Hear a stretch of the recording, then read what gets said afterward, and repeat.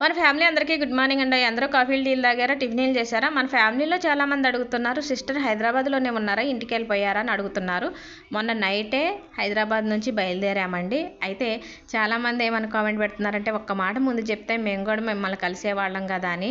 నిజమే, నేను పొరపాటు చేశాను. ముందుగానే చెప్పినట్టయితే మన వాళ్ళందరినీ నేను కలిసేదాన్ని అనమాట, అక్కడ ఉన్న వాళ్ళందరినీ కూడా. కాకపోతే ముందు వీడియోస్ ఏం పెట్టలేకపోయాను, టైం కుదరలేదు. మరోసారి వచ్చినప్పుడు ముందే చెప్తాను.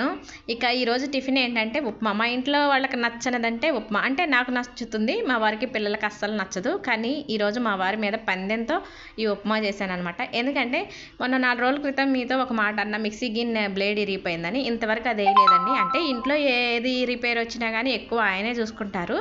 కాకపోతే పళ్ళ హడావిడిలో ఈ మిక్సీ గిన్నెకి బ్లేడ్ వేయలేదు. ఇంట్లో మిక్సీ లేకపోతే పని చేయకపోతే అసలు పని అవుతుందండి? కాదు కదా. అందుకని నేను నిన్న పప్పు ఏమి నానబెట్టలేదు. కానీ వారికి ఇష్టం లేని టిఫిన్ చేసి పెట్టాలని ఈరోజు ఉప్మా చేస్తున్నాను.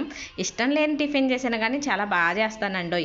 నాకు ఇష్టం అనమాట. ఉప్మా చేసుకోవడం ఎలానో అందరికీ తెలుసు. కాకపోతే నేను ఎలా చేసానో 4 మాటల్లో చెప్పేస్తాను. స్టవ్ వెలిగించి కళాయి పెట్టి నెయ్యి వేసి, నెయ్యి వేడెక్కిన తర్వాత కొద్దిగా జీడిపప్పు వేయించి వేరే గిన్నెలో పెట్టుకేసుకొని, నెయ్యిలో కొద్దిగా నూనె వేసుకొని, నూనె వేడెక్కిన తర్వాత జీలకర్ర, పోపు గింజలు, పచ్చిమిర్చి, ఉల్లి ముక్కలు, ఇంచు అల్లం ముక్క దంచి వేసేసాను. చక్కగా అవన్నీ వేగిన తర్వాత గ్లాసు రవ్వకి 3 గ్లాసులు ఎసరు పోసి, ఎసరు మసిలిన తర్వాత రుచికి సరిపడంత ఉప్పు వేసి, ఎసరు మంచిగా మసిలిన తర్వాత గ్లాసుడు రవ్వ పోసి సన్నటి సేగ మీద 3 నిమిషాల నుంచి స్టవ్ బంద్ చేస్తే రుచికరమైన ఉప్మా రెడీ. వీడియో నచ్చితే లైక్ కొట్టండి అబ్బా.